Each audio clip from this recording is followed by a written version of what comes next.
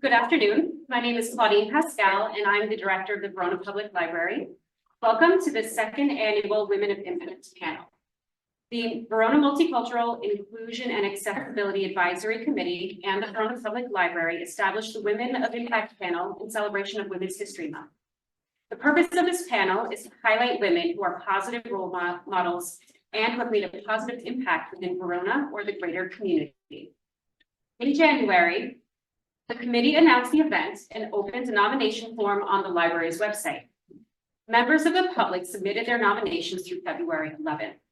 Each nominee was scored based on the information provided in the nominator's description. Panelists selected for the second annual event include the following Verona residents: Kristen Donohue, Kate Hartwyk, Sarina Rivera-Knoetig, Alison Mackey, and Christine McGrath. I would like to introduce today's moderators, Carla Buglione and Manya Bashir-Koshman. Carla is a member of the MIAAC committee and has lived in Verona for 10 years with her husband, 2 boys, and puppy.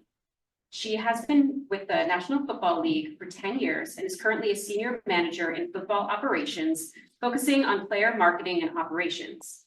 Manya is a member of the Junior Women's Club of Verona and Friends of the Verona Public Library. She has lived with her husband and 2 children in Verona for more than 5 years.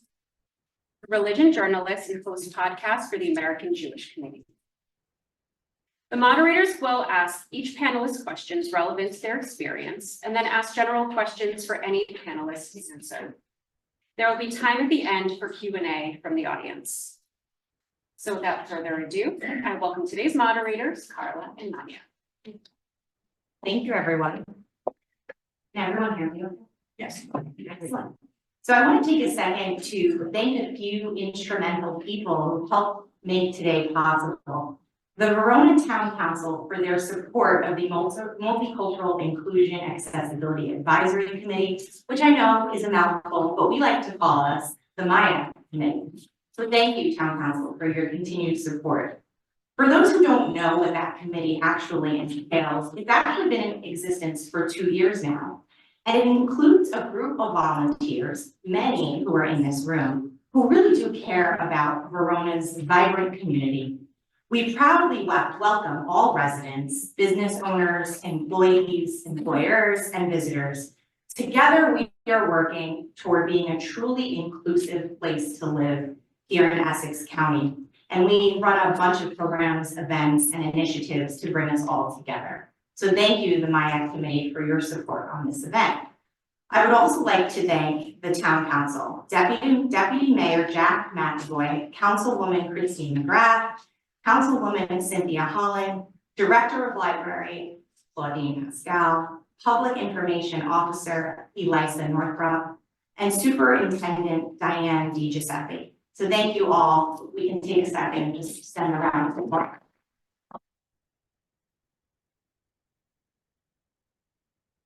So let's get to the fun part. Let's introduce our panelists. Kristen Donohue is a Montessori preschool teacher, mom, and volunteer. She is currently serving as co-president of Children Having Learning Differences. In that role, she has advocated for more inclusivity in the Recreation Department, Township, and the Verona Public Schools. She is also one of 2 educators who run sensory story time for children with sensory sensitivities at the Verona Public Library. Previously, Kristen has served as president of the Verona Juniors and volunteered in different capacities for the SCA. She was also a Verona Public School DEI committee member. Let's give it up for Kristen Donohue.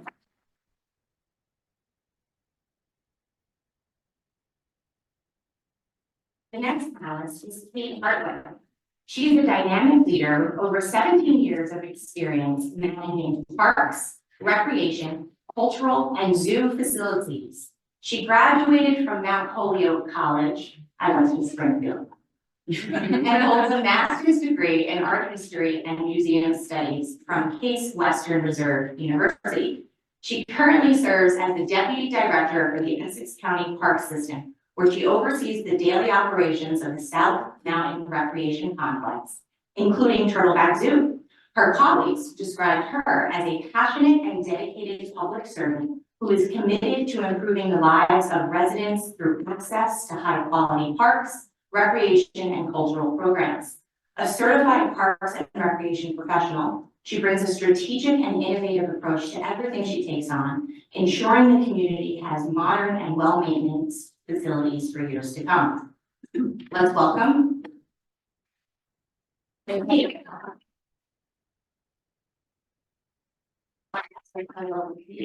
Thank you. The next panelist is Alison Mackey. Alison has been a Verona resident since 1999. She is married to Dave, 25 years this month. Congratulations on summer. They have 3 amazing children, Julia, Ben, and Ella. She is a stay-at-home mom after previously working as a mortgage loan officer for 20 years. Since then, she has joined numerous clubs, including the Verona Junior Women's Club, the Verona Fifth Downers, and several SCA committees. She now spends most of her time volunteering with an organization called Angels on the Ground.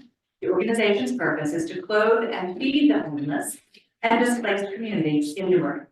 On the weekends, she loves spending time with friends and family and will never turn down a glass of Chardonnay.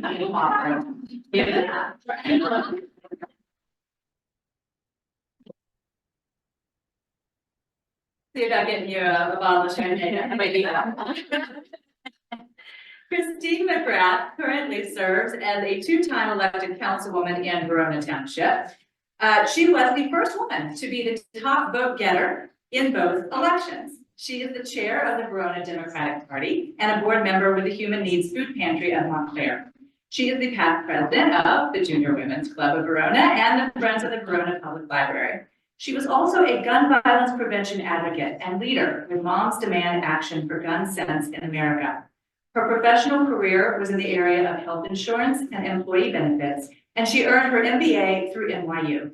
She has been married for 24 years to her husband, Jeff, and is a mom of 2 teenagers, William and Jackson.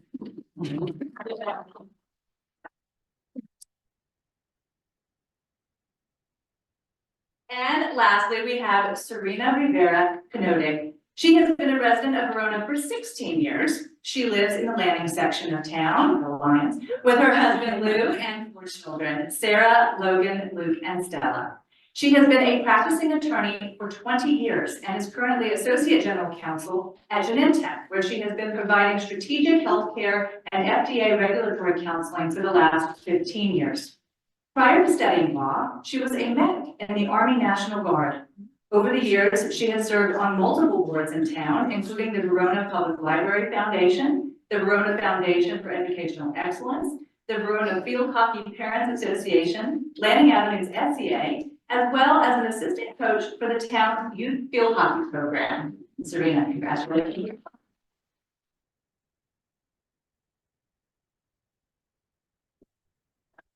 Again, our first question is for Christine McGrath.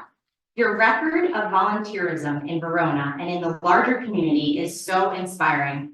Were there influences in your early life that inspired you to a life of service in the community? We'll start with that first question. Okay, wonderful, thank you. I want to start off by thanking both Carla and Manya for moderating today, for the Multicultural Inclusion and Accessibility Advisory Committee, for organizing and hosting this event, and for all of the hard work of our library director, Claudine Pascal, and the Verona Public Library. It really is an honor to be here today and to be selected for this panel this year.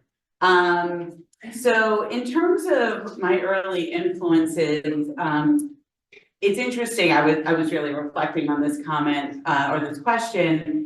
I'm thinking back to my parents, and when I was really little, they advocated for low-fat milk to be served in the schools because we had a family member who had a heart attack at a very young age, and they started. I don't think they would have called that political activism, but they were very involved in advancing things in education for my benefit and for my brother's benefit. My mother hosted a educational group that brought in experts into the community to try to raise parents' knowledge about education. And my father eventually ran for the Board of Ed and won and served as board president.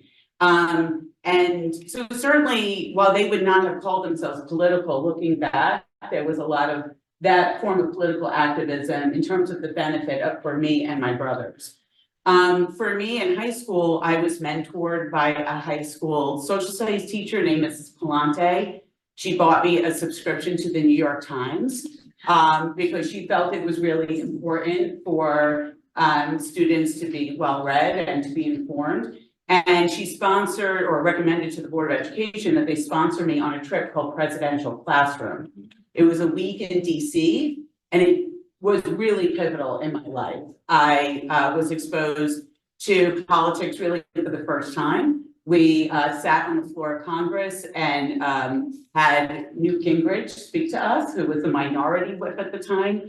It was the first conversation I heard about gun violence, both from Brady's wife, who he was injured in Reagan's shooting, and the NRA spoke to us, which is kind of mind-boggling. Ralph Nader spoke to us. It was a week-long conference that was just incredible, and I certainly caught the bug. And after that, I interned for my congressman, who was the predecessor of Mikey Sherrill, and I started a political club with a friend. And I was really involved. But when I went to college, I took the wrong poli-sci course. I took a poli-sci course that was really boring and dreadful. And I took a psychology class that I loved, and I ended up straying from politics. And so for me, it's kind of interesting to kind of come back around because I feel this is where I was meant to be. And in my work life, I got involved in a lot of early projects. My bosses would hand me something and they would say, Christine, this is a mess. Can you fix it? Can you understand it and then fix it? And it turns out that I really love process improvement, and especially things that are a mess that involve like a lot of data.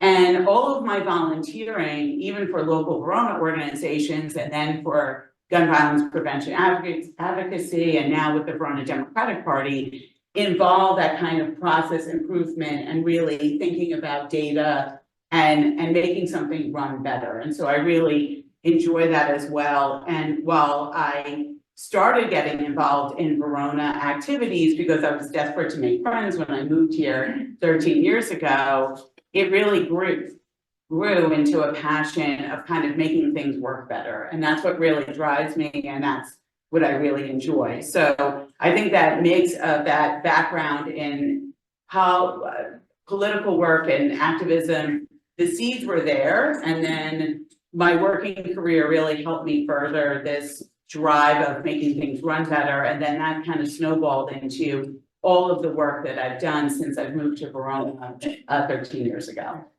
Wow. So we're going to stay with you, and we have another question.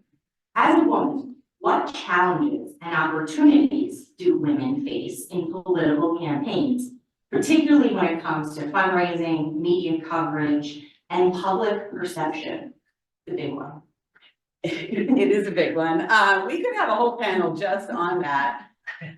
So what I will start off, and I'm really glad you asked this question, because we do have to look at the facts. And, you know, when I was growing up, when I went to college, I really felt that my mother's generation had done it.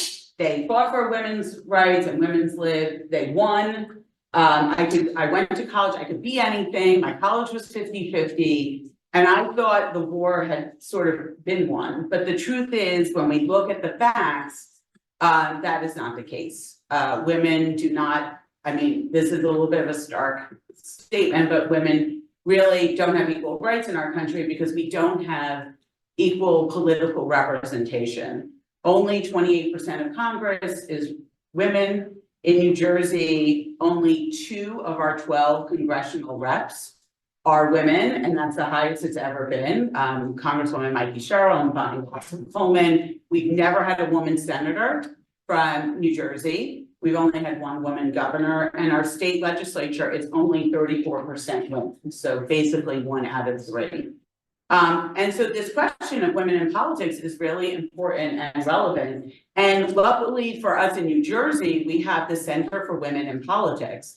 And so I encourage you, if you're interested in this topic, you should follow their newsletter. And if you're really interested in running for office, I am a product of their training seminar, which is nonpartisan and is called Ready to Run, and it's actually next weekend, and they have space available. So if anyone's inspired to run for office, you should attend their training.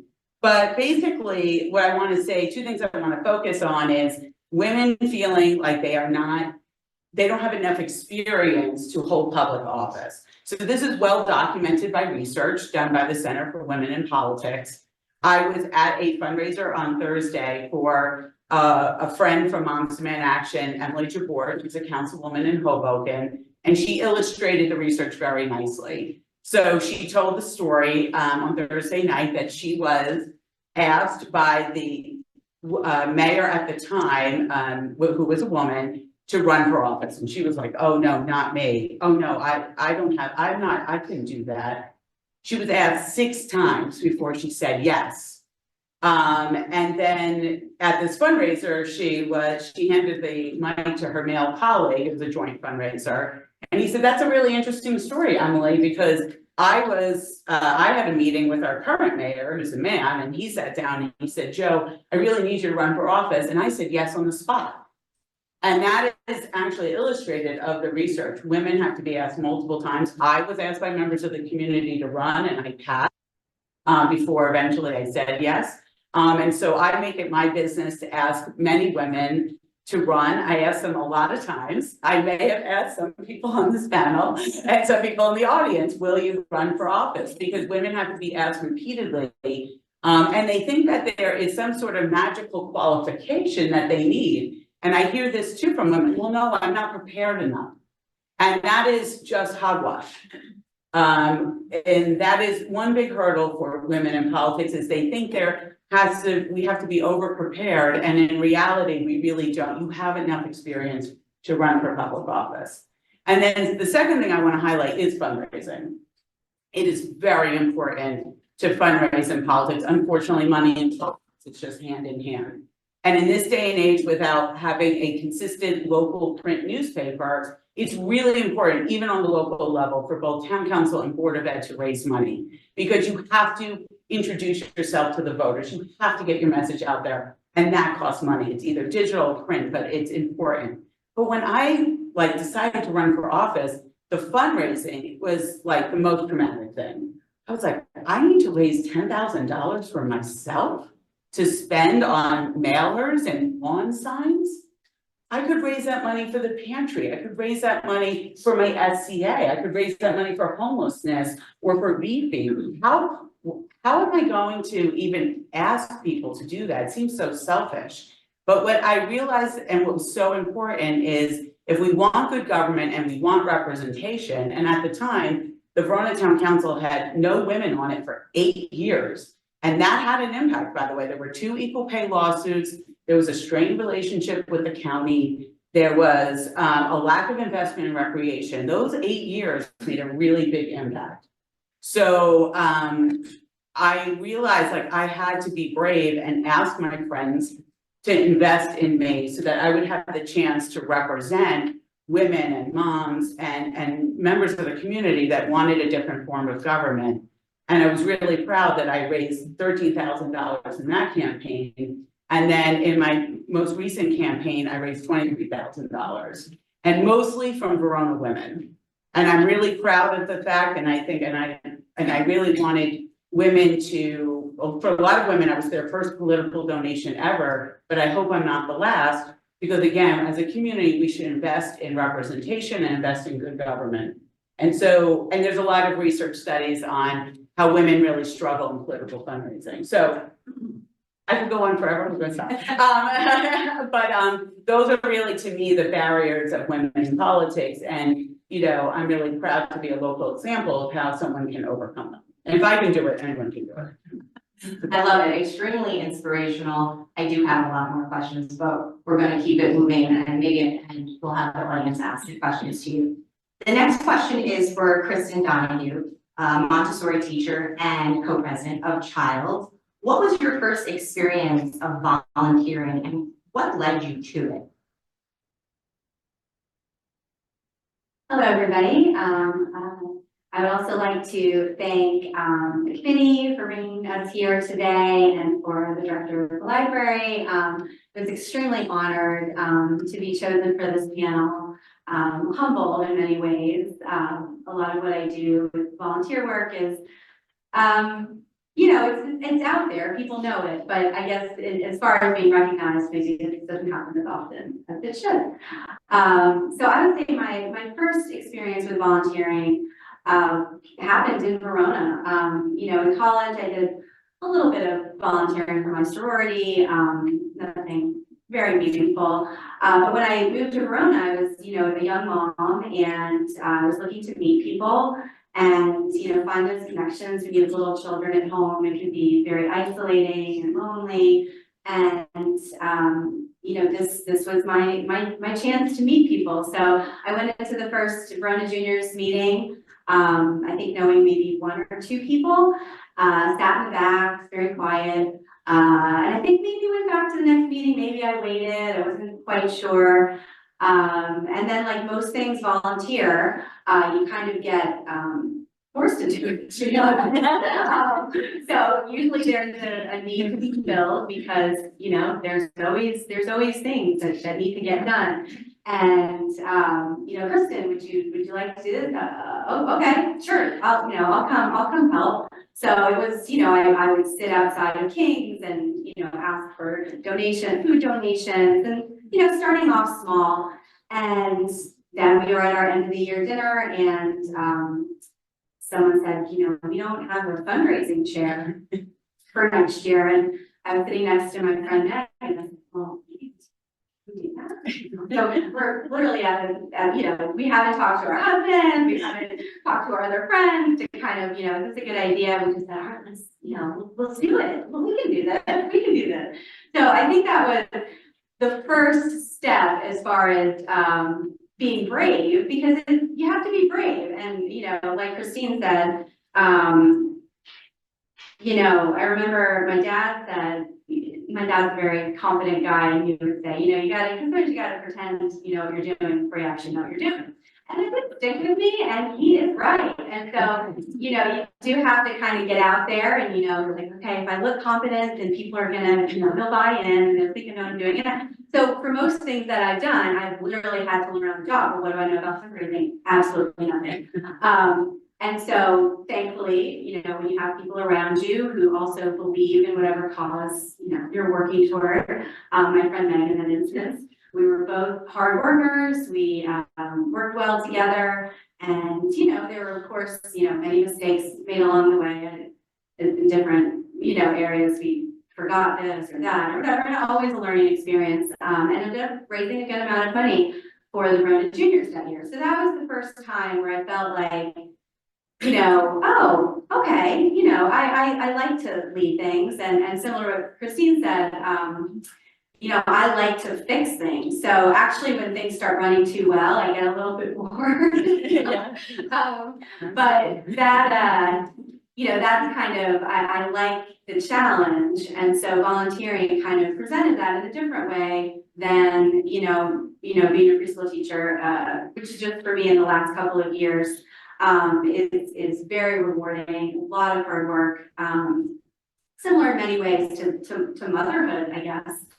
And volunteering was just kind of a different way for me to kind of showcase, you know, the skills that I have that were never really in any type of in a professional manner, I guess. But I was able to hone these skills of organization, you know, improving like processes and you know, communication within organizations. And so that was really, I'd say the Verona Juniors really gave me my confidence, you know, while surrounded by like-minded women, hardworking women. I still say the board I had when I was in the Verona Juniors, it was just such a dynamic, incredible group of women, where, you know, we were all at this stage of motherhood, which can be very, very challenging.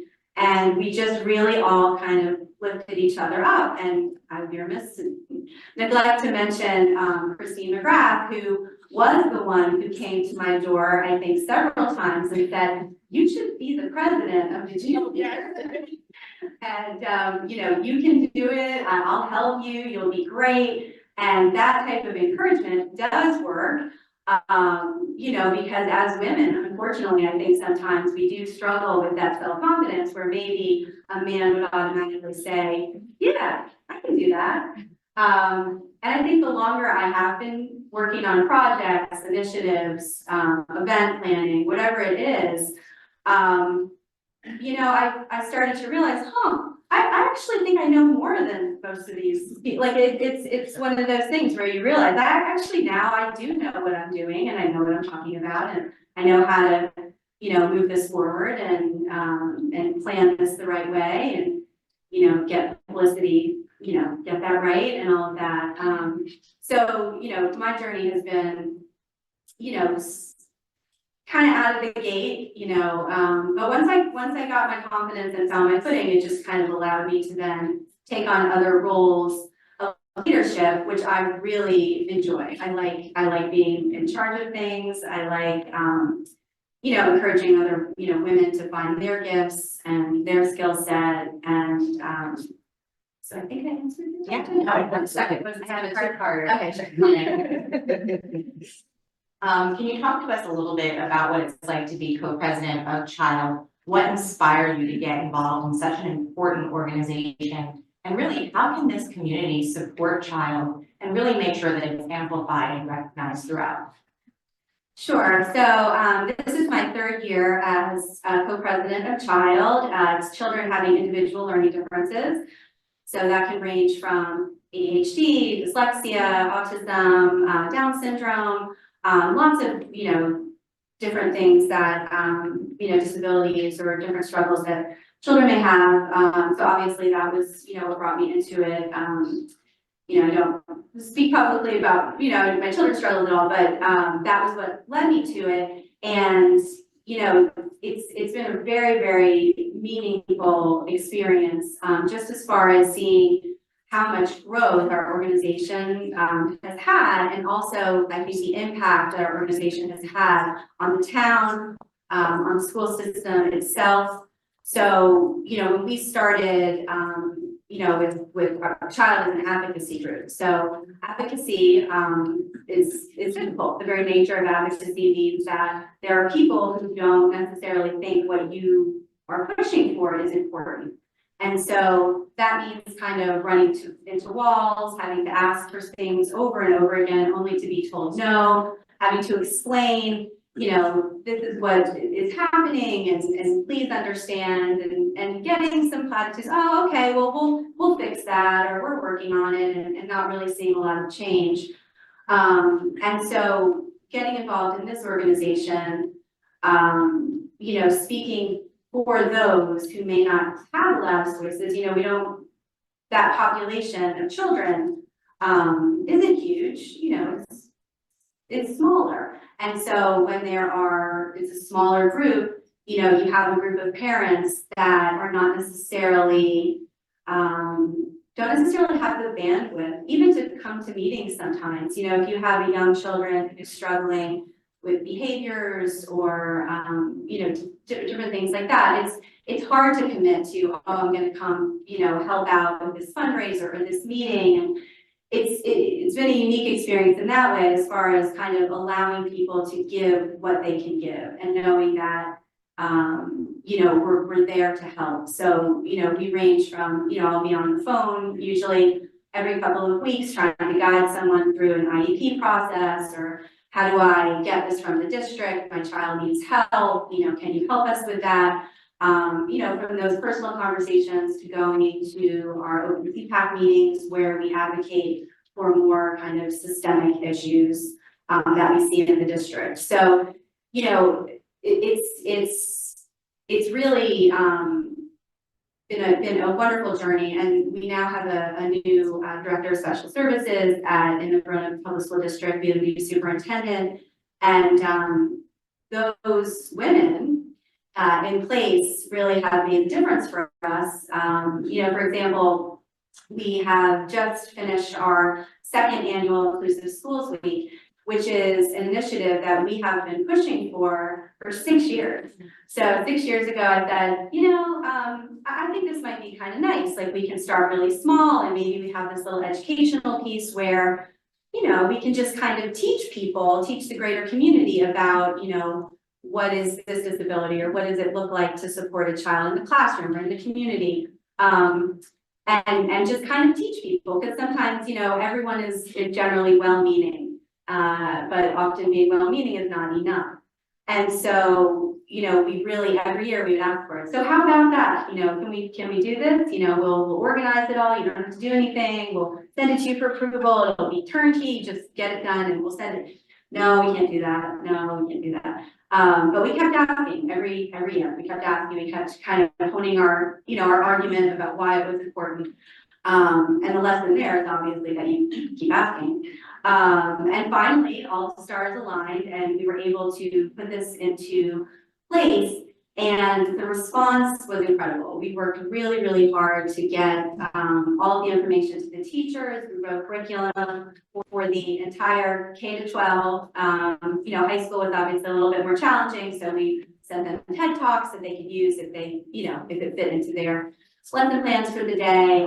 The elementary schools, it was pretty substantial as far as providing them with the materials they needed. We had some hands-on activities the children did. We sent them picture books and all these different things just to teach children more about, what are those differences? Because if you have a neurotypical child who's sitting in the classroom and maybe someone next to them, can't sit still and moving their foot, or moving. And kids are kids, so kids will make fun, kids will laugh at, or kids will kind of roll their eyes, and if you're not necessarily hearing at home, well, everybody's brains work a little bit differently, and some kids, it's a little harder to pay attention, or maybe they're doing that because they just need to get their energy out. And so I think, putting this out there to the teachers and to the parents also, because I am hopeful that some children went home and said, oh, I learned about this today, and isn't that interesting? Or just the worksheet that gets home, and hopefully there's a conversation. But even if that wasn't as widespread, we were having this little committee meeting with our middle school teachers, and someone said, this is such hard work, and I want you to tell them that it's mandatory. It has to be mandatory. Every teacher has to do this. It has to be made important. It has to. And I said, well, we're not going to do that because, by force generally is not how you get buy-in. So we're not going to do that. She said, but how do you keep going when you're putting all this hard work in and maybe only 2 teachers are doing the lessons? And I said, well, then 2 teachers are doing the lessons. And then you have potentially, dozens of children who are hearing that message. And for me, and as an advocate, that is what you work towards. So it's not this big grand, we changed the world overnight. Everybody understands, these different disabilities, the invisible ones, the visible ones, and will be kind from now into the future. We're realists here. But maybe it's one child who hears a message like, oh, well, maybe he's acting that way because of this, and maybe I won't say something this time, or maybe I won't whisper about it. And so those changes, to me, are very, very important, that we really try to, put forth into the community. Even having our sensory story time, which is where children can come and listen to stories in an environment where, you don't have to sit still. You can bounce around if you want. I'll still read the story. They can hear it, even if their bodies are moving, they can hear it. And that's important, as well as advocating at the recreation department. Going to these meetings and making. Why is she submitting for this? I want her for this. And she had New Jersey family. And fortunately, our administration agreed that she was overqualified to be our director. And in different ways, she had more research background, like things that our zoo didn't always have involvement in, but a direction we want to eventually go. So yeah, so it is very female dominated, both of those industries. Well done. That's wonderful. So Sarina, I am going to turn to you for our next questions. What drove you to join the foundations for the Verona Public Library and the Verona Foundation for Educational Excellence? Thank you for the question. And I'm going to preface my response by saying that for the first 10 years of motherhood, I really struggled with even feeling like I had the time to do anything outside of juggling being an attorney and being a mom to 4 kids. So it was, during that time frame, I felt less like, oh, high-powered attorney, and more like the zookeeper at the zoo. Or my favorite way of describing myself, my kids are staring at it. The conductor of the Hot Mess Express. So it was very difficult for me to fathom stepping out of that and doing anything additional, right? But I come from a long line of folks that believe in service to your community. I served in the Army for 6 years in my youth. And my husband's a firefighter, so it was very important to me to find a way to contribute. So I started really small, like on the SCAs, and I looked for opportunities that were conducive to my schedule. And then later on, I started to think, this is fun. These are some great opportunities. I'm feeling really good about this. I had a little more breathing room, a little more flexibility to work on some other things. And I identified first VP as a good potential place where I could be of service to my community. And what I especially liked about that foundation was its broader reach. The grants that we provide through the foundation go to support the curriculum in Verona. So I thought this was a lovely way to, kind of give back to the students in Verona. And once I got involved in that, it's kind of like one thing that does lead to the next. I had some friends approach me about joining the library foundation. And this was in its infancy. It hadn't even been incorporated yet at that time. And, I thought, hey, I'm a lawyer. How hard could it be to help them incorporate this foundation? And oddly, very hard to do that, especially when that's not the area of law that you practice whatsoever. But I thought, I'll give it a go. We'll see where this goes. And luckily they trusted me with that. But if you get a cease and desist order in the mail, I did now knowledge. I put it in my disclaimer as a good lawyer would. But that was a wonderful opportunity to be able to be at the ground level of something that again has such broad reach within the community and the power to kind of impact, not even just in the case of VC schools, but now here the broader community that loves and appreciates the work of the library. So I thought those were 2 good spots for me to give back. You're as you said, you're an attorney. You're a mother of 4. Why was it important to you to get involved in the community and give back? Why was volunteering even a priority? So for me, it's about being able to set that example too for my own kids, right? How can you say, that this is something that's important to do if you're not modeling that behavior? And and it's very valid too, right? A lot of us are very busy, especially when the kids are small. So it's very, and I have a lot of my hats off to any of my co-panelists who've been able to manage that with small ones at home, because that is quite an impressive feat. But it was really important to me to be able to model that behavior with my own children, and I'm very proud of their community service effort. My daughter was a volunteer firefighter and an EMT. My son just joined the fire department as a volunteer as well. So it's all kind of trickling down that way, which is really fills my heart with gratitude. So there's a question that I really want to hear from all the panelists on, but I'm going to direct it to you first, and hopefully we'll get a chance to talk about this more broadly. And I ask this because how do you say no? And I think, I'm just wondering, but I think that this person to ask that question to, because they all feel the pressure, right, to volunteer when we're asked, when Christine McGrath knocks on the door, for the time. Yeah. And they yes.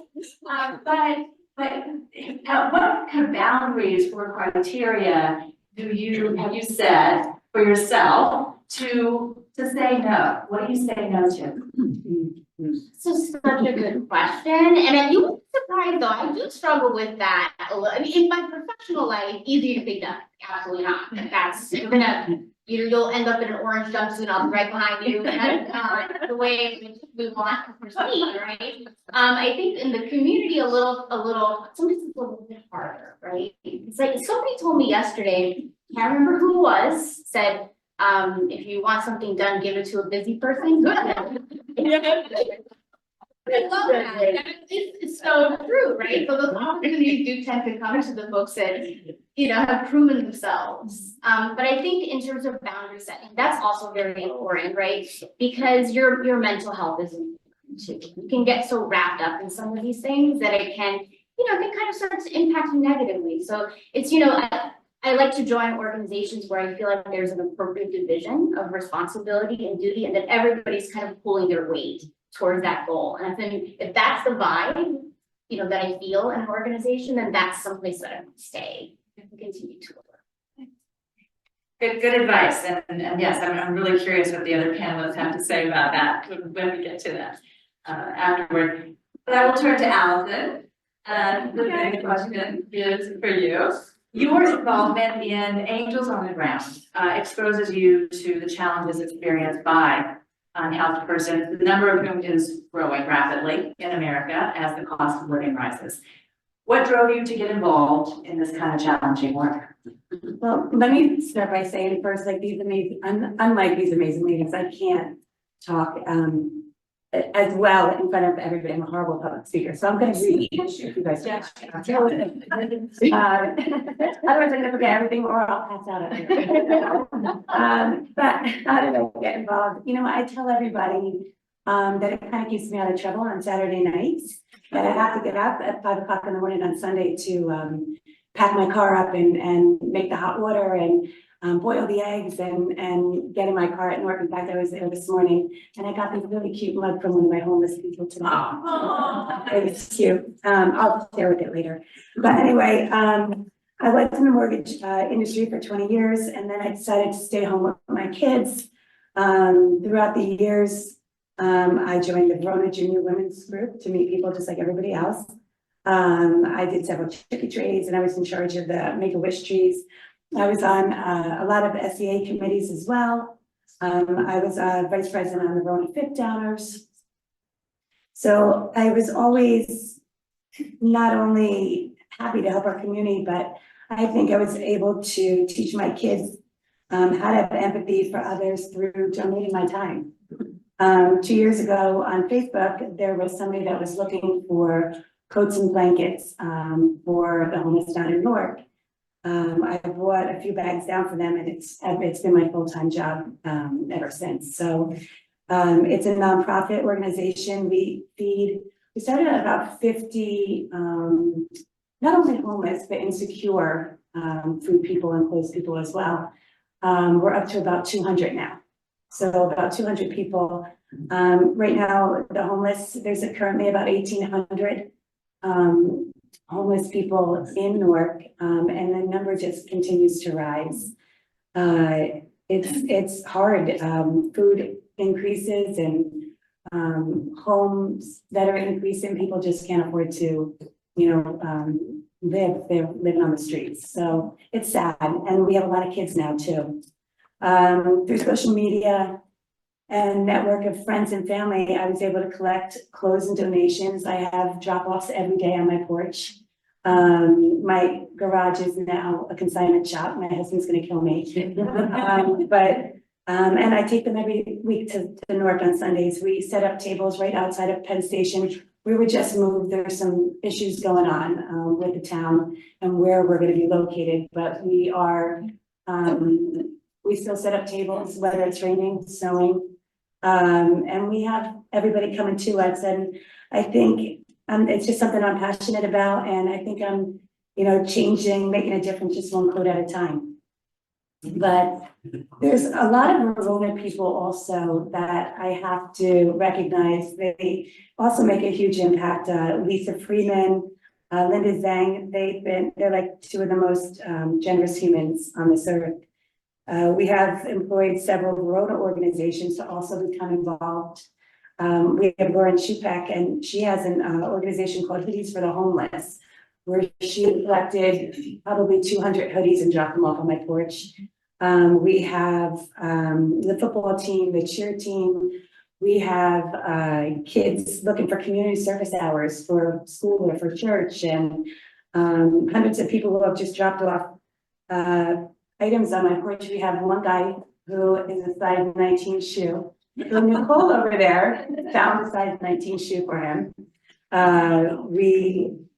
It's just these little, all these people who are helping us. I don't think they realize what an impact they're also making with us. And they're now becoming, I think, mentors for other people as well. And hopefully that snowballs and it becomes even more growing. So it's really nice. It's nice, and our community is really getting involved with it. So it's nice. Yeah. What do you need? We do have everybody drops off everything. I don't really get into the house goods because I just don't have the room for it. We try and make it seasonal. So right now we are collecting sweatshirts and sweatpants. Sneakers are huge, backpacks are huge. There are about 80% of men. There's more men than there are women. Women, we love to clean out our closets. We get rid of a lot of stuff. Men don't seem to do it as often. So I don't have a lot of men's, even this morning I had one bin of men's clothes and I have 3 bins of women's clothes. We have coats, a lot of sheets, a lot of blankets, shoes are big, backpacks again, like I said. We even do shampoos and conditioners, anything. People drop off their underwear, it's anything that people want to get rid of. We take and it goes, and they need it. The kids come, and I think I was telling Virginia actually when I was talking to her, Soprano. There's kids that they come with their coats like safety pinned together. Gloves and hats are big, and I try to do it seasonal. So this way, in the summer, I don't have to keep everything in my garage. So in the summer, I'll do shorts and that kind of stuff. But they really need anything that we can give them. And you mentioned that you're seeing more and more children. We are seeing a lot of children. Wow. So is there a way that Verona can step up and help in that regard? Well, you know what? A lot of people are like, even instead of coming with me, because sometimes I'm not comfortable my own kids come with me, and it's nice because they see us doing it, and it's nice for them to, see that we're making a difference, and hopefully they'll start doing it too. But people that are looking for hours, they start their own drives, like the cheerleading and the football team. People that are looking for hours, somebody just asked me, can my daughter come with you? And I said, instead of coming with me, start your own drive. Collect shoes, collect sweatshirts, do your own shoe drive, or sneaker drive specifically for sneakers, and drop them off on my porch, and I'll bring them for you, and I'll take pictures and send them to them and see what, that they are making such a big difference. And it's fun for them to see, and they like doing it too. It makes them feel good. Yeah, it's great. I'd like to open it up to the panel, to ask a few other questions. And one of them is about mentorship. Christine, you talked a little bit, you talked about knocking on doors and asking multiple times, but people to volunteer and step up to leadership opportunities. So I'm curious, how else do you try to empower women, and are there other, rather than just asking, are there other ways that you have embraced? Yeah, well, I'm really focused on educating all residents, not just women, on how government operates and how they can be an effective advocate for the issues that are important to them. And it's really a lot easier than people think. I think Kristen actually was discussing, part of just being persistent and asking behind the scenes, going to meetings and asking publicly, and really not giving up. And in the greatest way that I mentor women is with my time. I mean, time is our most precious resource. We lead busy lives, we're juggling our families, volunteer commitments, and also self-care and our own health, right? So, which is important to invest in. And so I find that I'm really willing to invest in, especially women, in talking one-on-one and empowering them to kind of pursue what their ideas and dreams are and how they want to get involved. But my other general advice to women in particular is really don't strive for perfection. I'm an 80-20 person, so once I get a project to like 80%, I'm like, okay, it's done, it's good, like, let's go. Which is why my updates to the community that I post on my website, christinemcgrath.com, have typos in them, and they're written in the past. It probably drives you crazy because you're actually a writer and a journalist. They're written in the passive voice and this and that, because I'm like, once I get it closed, I'm like, I'm good. It's like, we're gonna release it into the world. I think, that strive to making it perfect can actually hold, in particular, women back. And so it's important to focus on the big picture and utilize your time wisely. And I try to encourage other women to do that. In other words, you actually meet the deadline. Yeah, I try to. I try to. I have a question out to anybody else on the panel. Are there ways that you do try to, you task someone that you saw was overqualified? Are there other ways that you try to empower them? I mean, in my professional life, I will say, I do make a point that when a woman on my team or even on another team is doing something really good, that they are getting credit for it. And on the flip side, when I have somebody on my team who maybe makes a mistake, instead of letting them be the person that gets pointed out, I take responsibility as the person over them that it's, they're on my team, it's my mistake. And I think in a lot of ways that helps because women can sometimes become the scapegoat for when something goes wrong, whereas the men don't as much. And the men seem to like bounce back a little more from those negative experiences than the women do. And then one of the things, Sheryl Sandberg's TED Talk, I don't know if everybody's watched it, but I tell the other women on my team to sit at the table. Actively, like when we go into meetings, I will tell them, come sit next to me. Or like, make sure you get there early so that you have a seat at the table. I am in a position that I can help people in that way. And it was a men who helped me get my seat at the table. So, I am aware of that. But yes, that for me, that has been the way that I've tried to mentor people. And the other thing is to know that I can't mentor everybody. Mentorship takes time, and to be a good mentor, you can't take on everybody, even though you might want to, and you have to be selective. Kate, could I jump in and kind of piggyback off? So I work in a corporate environment, small company called the NFL. And it's extremely male dominated. And there, right? And every time I see a woman, whether she has the same title as me, whether she has 4 titles above me, 3 below me, I make sure she has a seat as well, because it was a man who paved the way for me, it wasn't a woman. And so I really want to reverse that and make sure that women are empowering each other, because it's so important to do that and send the elevator back down. It was a man who did it for me. I know that sounds kind of cliche, but it's real. And when it's 90% male up top, that's bound to happen, but we got to get more women up top. And so send that elevator back down. There's this really interesting phenomenon, particularly in the corporate world and more specifically in the legal environment, where some women kind of get to a certain point in their career, which would be considered kind of the top, instead of kind of turning around and extending a hand back to help, elevate and pull up, the ladder gets pushed out of the way.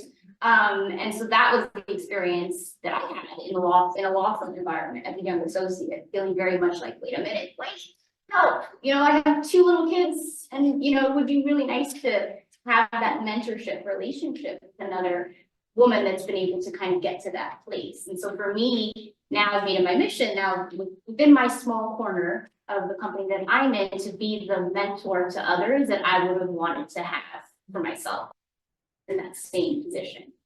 So I actually have adopted a little kind of like a coalition of little mentees now that I have. And we have quarterly meetings together, and I have one particular mentee, she's not even a lawyer, I collect them from all over the organization. And she, you know, she was talking to me about promotion. She's like, oh, I really want this promotion, but I don't really feel like I can say that I did this or I did that. And I'm like, listen, would you be telling me this if you were a man? Because I don't think you would have that same hesitation if you were a dude. So, you know, so assert yourself and promote yourself and go for the promotion.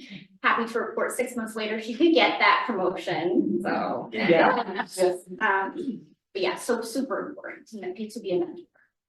I just want to add on to that, because you brought up, and I don't want to make an assumption, but we're all a similar age on this panel.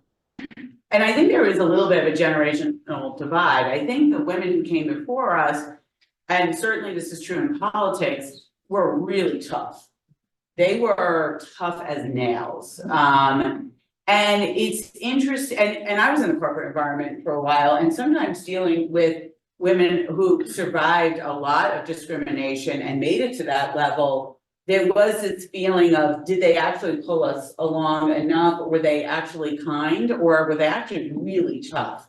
And I had some women bosses that were really just not kind women. And in the political world, I see a lot of like this toughness, and sometimes it's described in more derogatory terms. So, and for people who, you know me in this community, you know, I like to lead with honey. I don't want to be like, you know, rough. I want to be kind and generous with my personality, how I frame things, my demeanor. I like to be positive and optimistic. So it is interesting kind of, I think, like learning to lead in our way. But then I wonder how we are with the generation that is behind us, and how do we extend to that younger generation. And I'm starting to notice now that I have a high schooler and a middle schooler, how sometimes when we get together and we talk about some of the younger parents in town, are we extending that same sort of perspective and kindness and openness on how we're thinking, on how they're getting involved with volunteerism, because they're doing it differently than us. And in a few short years, they're going to be sitting on this panel and they're going to have different experiences. So it's something I have been reflecting a lot on, as now I've lived in this community for 13 years and I'm trying to see another generational shift. You talked about professional, your demeanor and how you've encouraged women in your professions.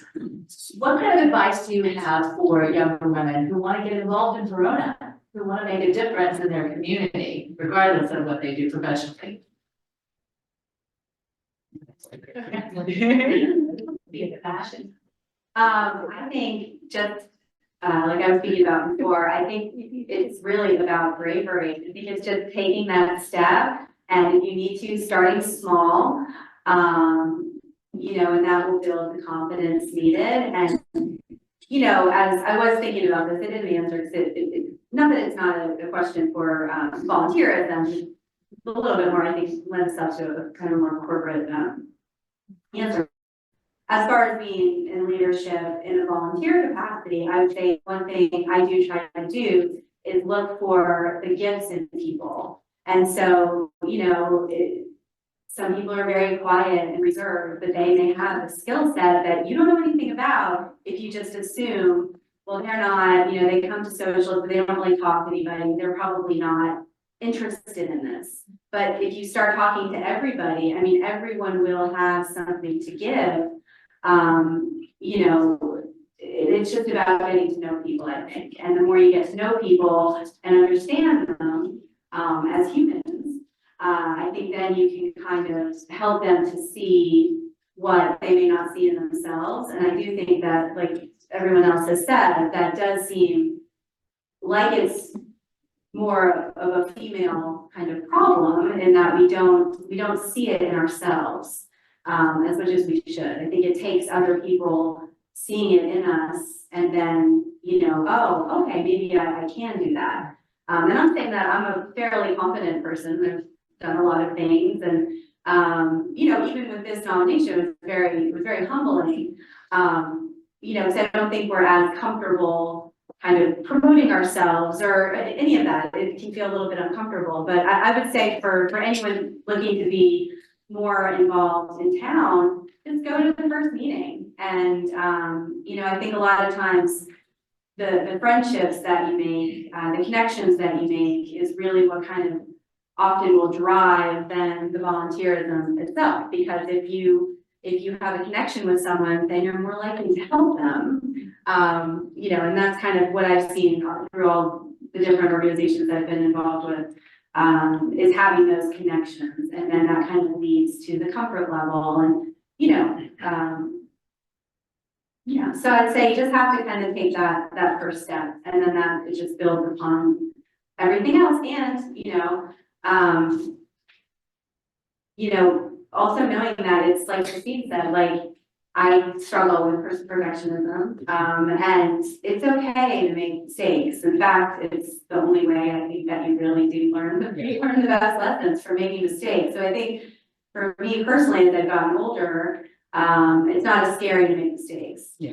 I make them, everyone makes them. And I think when you're younger and you have this idea of like, oh, I'm the president of something, or oh, I'm in charge of this event, or oh, I have to do this. I think once I realized like every event you run will have a mistake. Yes. There's gonna be a problem. And if you go into it knowing it will not run perfectly, either well, Zoom's not gonna work, or, you know, oh my gosh, we forgot to put out the whatever, and you forgot the flyers, whatever. You will never do it perfectly. And so I think when you know that, then you allow yourself to just be, you know, and also know, like, I'm here, I'm putting in the work, and I think caring less about what everybody else is thinking about you. And that also I think that comes with age, where you just, you know, okay, that's they can have that perception of me, or maybe they think I'm not, that's okay. You know, I'm just doing the best that I can. And I think for younger women, I see it more even at my workplace, you know, the younger women there, it's everything is new and you want to do it right, and you don't want to feel embarrassed, and you don't want to feel, you know, like you don't know everything. And I think once you realize that nobody knows everything, and it's okay to ask questions, and it's okay to fail, and that's how you succeed. I'm gonna just piggyback on that. I think also, like you said, I think the younger generation, it is a little bit different nowadays. And I feel like if you just start making just one person's day, just make one person's day once every day, and look beyond your doorstep. I think any gesture that you do, big or small, can really go a long way. Either just smile at somebody, or buy somebody a cup of coffee, or let them cut in front of you in line, or join an organization. There's soup kitchens, the Verona juniors, as we all were saying, a nursing home, the women's club, the library. But get involved. I think getting involved is huge, and even if it's an hour, just an hour a day, it's going to make all the difference. I really do. All right, so I think it's time to turn it over to the audience for some questions. We do have a stand-up microphone here if you'd like to come up. If you can't move, that's fine, we can come to you. Some of the MIAAC volunteers are here to help with the microphone. But we definitely want to get the audience's voices in the room, so come on up and ask away.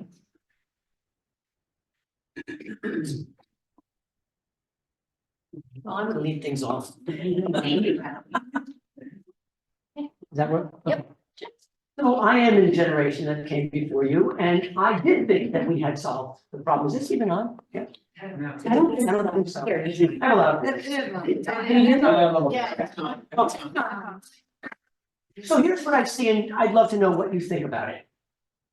When we did things, anything we did was fantastic. Like, oh, somebody became a doctor. Oh, somebody became a businesswoman. This is unbelievable. And it felt great. Now I feel like younger women, everything they do is like a competitive sport. Parenting is a competitive sport. Whatever you do, you have to do really perfectly. I thought you guys were gonna have it so much easier than us, and I think it's harder for you, because you have to be a fantastic parent, you have to be pretty but not too pretty. You have to be, you know, assertive but not bitchy. Right. You have this but not that. Everything you do has to be in that tiny little sphere of perfection, not too high, not too low. So I'd love to know what you think about that dilemma for women coming along now. Well, I'm gonna answer this first. It's basically the Barbie movie monologue, which we all pass along as gospel. Yeah, I mean, I think that I think our, again, speaking very broadly for everyone on the panel, but we were kind of told we could do it all. And the truth is that is a fallacy, right? So we really can't do it all. And so there is this feeling, especially when the children were younger, but it still persists, that we can be the perfect mother and be involved in the PTAs and have the job and like do all these things. And it's just, it was too much. And I think there's a lot of honesty with our friendships that we have in our lives and with our spouses, that just wasn't the case. And so it goes back to what was mentioned earlier, boundary setting. Boundary setting for me is incredibly important. And as I'm getting older, I'm getting better at it. And it's more than just saying no, but it's also knowing when to kind of put some of these activities into a box and say, I'm going to work on this now, but when I leave this period of time in this day, I'm going to really turn off this part of my brain and I'm going to move on to self-care. I'm going to go and make sure I stick with my exercise routine.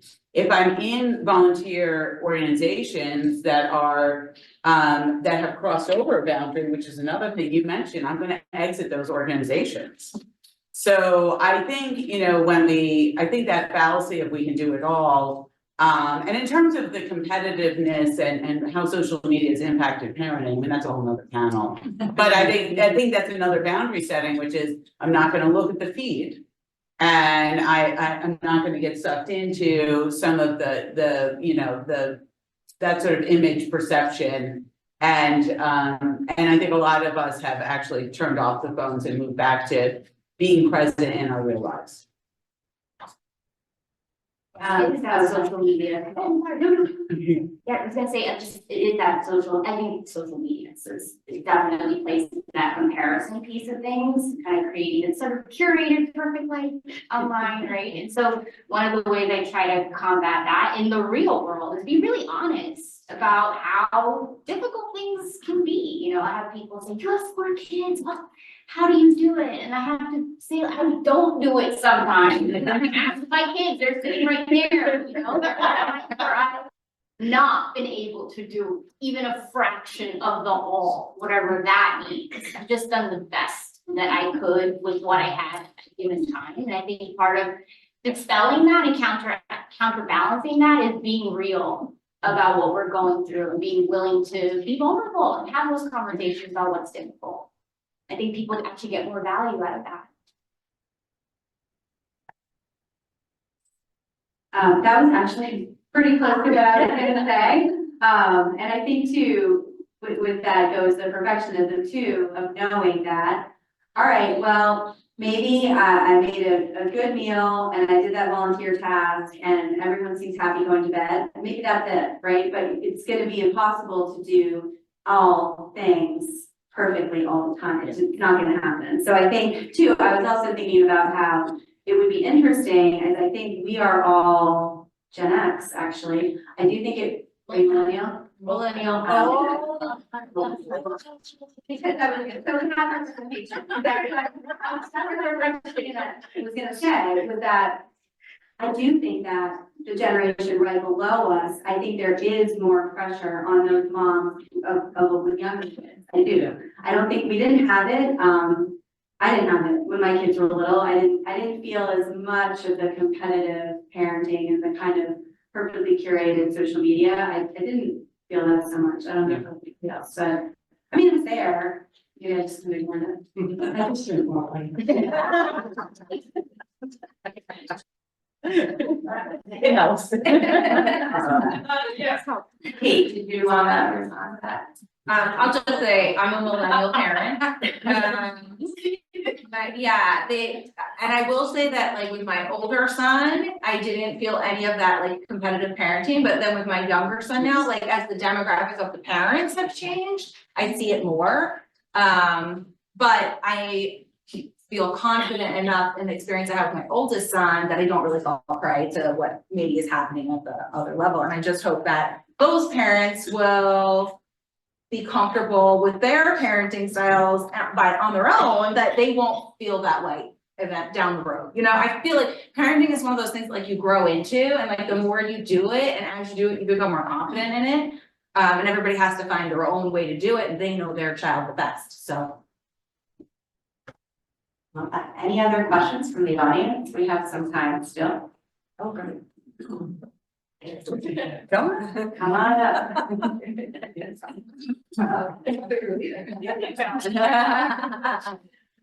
So, my question is, without an anchor, to hold you in place, I'm just curious, particularly for Kate and Sarina, maybe you too, Christine. What are some tactics that you employ to help keep you motivated, empowered, or moving forward? Some folks at work have talked about, for instance, having a board of directors. So they have their own little mini group of people that they rely on and lean on. So I'm just curious, what are some tactics that maybe that you've employed to help you continue to push forward? So just the elephant in the room, I work for our county executive, Joe D, and he is the biggest motivator to get out of work for. He has vision for what he wants to do, and a lot of it falls under my purview in parks. And you know, if he's not happy, he's going to let you know he's not happy. So for me, that is always going to be a motivator. But besides that, I actually find that getting out of work and recognizing that I have to get out of work in order to learn. And that learning is the way that I'll be motivated. So that means making sure I get to conferences. And if I can't get to a conference, that I'm talking to colleagues who are in the industry, but not in my immediate area. Keeping up as much as I can with publications or articles that come across, because you do get inspired. And that inspiration is the greatest motivator for me, by what other people are doing, and learning about people who are doing it differently, or have found a better way to do it than the way maybe I'm doing it. And I totally agree about with that. And in my legal department, I'm known as the resident vagabond, because I just sort of move on from practice group to practice group, seeking different opportunities. And when I feel like I've had enough, I get my little stick and my knapsack and I move on to the next, opportunity. And so that does allow me to remain motivated, because I'm continuously learning different things and new things within the organization. And I'm the kind of person that really needs that. And so both work and outside of work, all of the community service work that I do in town, it's also allowed me to really stay motivated, because I feel like in those spaces where I feel like maybe on the legal side, it's not, I wonder sometimes, like within this big organization, is what I'm doing really making a difference? Like, am I really helping people? On the community level, I know for sure, I can see it. I see the result of that effort, and that really helps me stay. For me, as I stated previously, my motivation, I've learned at this point in my life, I'm really driven by trying to make things work better, and things that have that data component. I just get really excited. So, and so I learned that that's the type of work that I really like to be motivated in. On the town council, the thing that really motivates me is actually meeting our residents and really hearing from them directly their expertise as they're commenting on things that the council is doing. I'm just so overwhelmed with the intelligence and the experience that reside in our community. And that motivates me to do a better job and be a better listener. And I think that's a really important quality to have when you're sitting on the town council, because you're not expected to be that expert in everything. Again, we talked about the fact that women feel like they need to have all this experience before they run and serve in government. But the truth is, we're 5 average people But our job is really to kind of synthesize a lot of feedback and information and be able to be analytical and then make the best decisions that we can.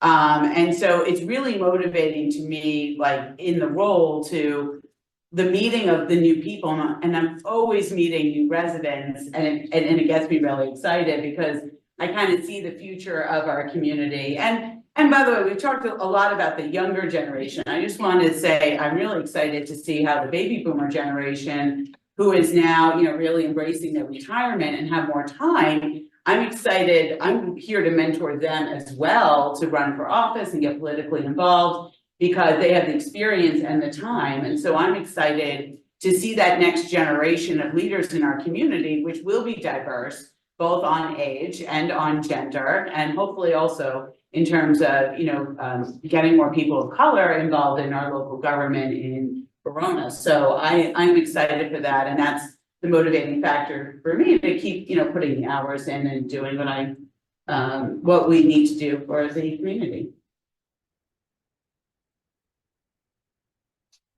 I find it interesting that you asked a motivation question, but kind of addressed it to millennials because I'm gonna get real here. Gen X women, I think, are challenged and wrestling with existential questions, challenges, body changes, and motivational challenges, right? And I would like to address the question to the rest of the panel. How, in terms how do you wrestle with those challenges to our Gen X motivation in these years as you, that's it.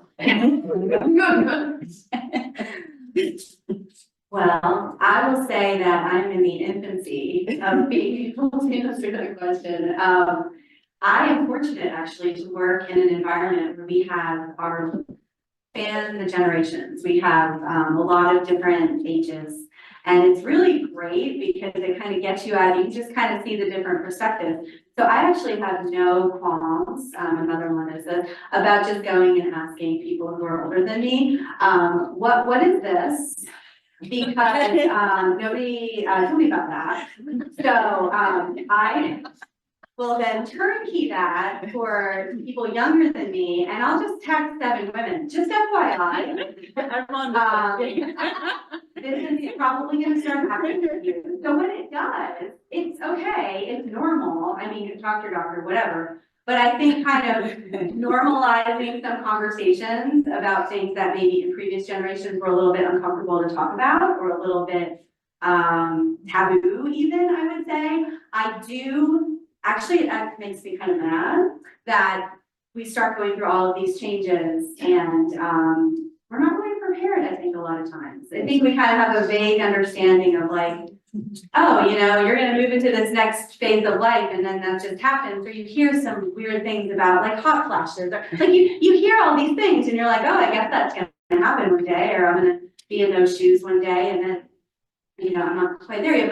But I think when your body does start changing and you get foggy brain, or you get all these weird kind of symptoms that you didn't have before, just when you're at the stage of, oh, my kids are getting older, I have a little bit of extra time and energy and all this stuff. And then you're like, but kind of don't feel as energized. I feel a little bit, not quite myself. And I think normalizing those conversations and just kind of asking the questions. So, they're not comfortable questions to ask, but they are important questions to ask. Like I said, at my job, I ask anybody who's older than me, what was your experience? Thank you.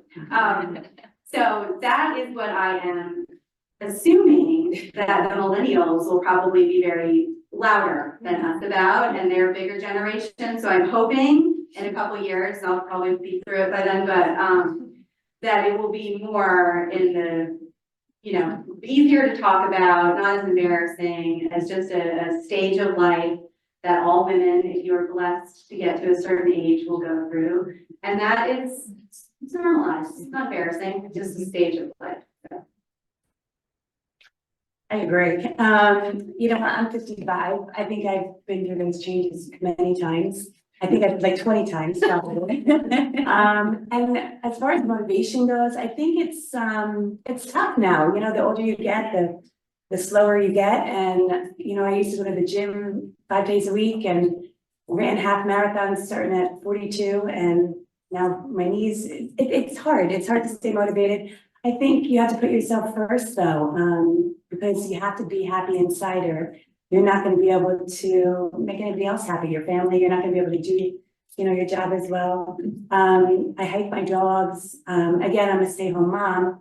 And I sometimes feel like, you know, I need to get that dinner done. Like, you know, I have to make dinner. If I use Dinnerly now, which is actually really good. But everything's prepared for you. But you do have to, but you know, like that's my job. Like I'm home. It's my job to take the kids. It's my job to do the play dates. It's my job to make dinner every night and do the laundry and fold the laundry on top of the social schedules. And you guys all agree, it's the same thing. But I think motivation, you just really have to take that time for yourself. I think I use my hikes. I really haven't worked out in like 2 years and I really need to go back, but that's your time. And I think you need to do that and just to live, you know, just to be happy, you know.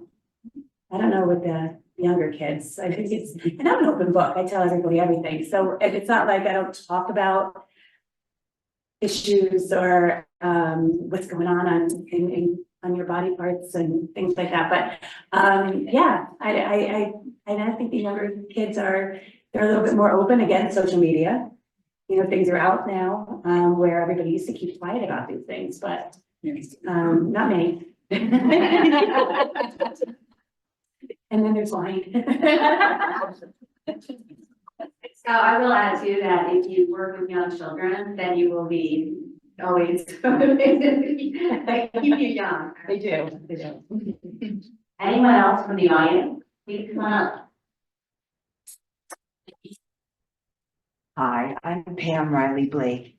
I just wanted to especially say to Sarina, you really nailed it as far as the corporate world. having been, well, I'm not even a boomer, I'm beyond the one before the boomer. Anyway, but having worked in the corporate world, you're absolutely right. I think so many people of my generation worked so hard. We marched, you know, put together now chapters and all sorts of things that they reached a point where we said, well, we walked to school through a blizzard up 5 miles and, you know, you're on your own, kid. And that's something that a lot of people have to fight. But what I wanted to say, for those of us who are left, please take advantage of some of us who have experienced and have gone through all the life and physical changes. We laugh sometimes, a couple of us. I can check all the boxes: single, married, divorced, and widowed. So, you know, I mean, we have something to offer, and take advantage of being with your contemporaries, because they have wonderful things to offer to you. I'll just say this, I found in the last maybe 5 or 6 years that I have learned more from my contemporaries than I never had time to learn before, because I was a mother, I was a single mom for a while, I was in the corporate world, I commuted, and you know what? It's tough. It's really tough. So enjoy each other and take what you can and learn what you can from all the generations, all the millennials and the boomers and everybody. We want to pass that along. Thank you. Thank you. I'm saying that as a student, so. You have to look out for an email from me. I've got it, actually. So we are kind of running low on time, unfortunately. Is there any final participant from the audience who'd like this question answered? Or statement made? Okay, so I want to thank all of our amazing sponsors who made today possible. We have great refreshments and beverages in the back. So thank you, Blues in Hand, for these bouquets. Each panelist is taking home a lovely bouquet today. Citizens Bank for the beverages, please see them in the back, they have a table, thank you. Jimmy's Kitchen for their amazing donation of foods, Tia's Food of Love for their food. Parkside Social brought some mocktails, so, you know, let's get crazy with the mocktail. And, last but not least, every woman on this panel has inspired me. I just want to say thank you to each one of you, and what a great way to celebrate Women's History Month. And, please enjoy yourself, and thank you so much for coming.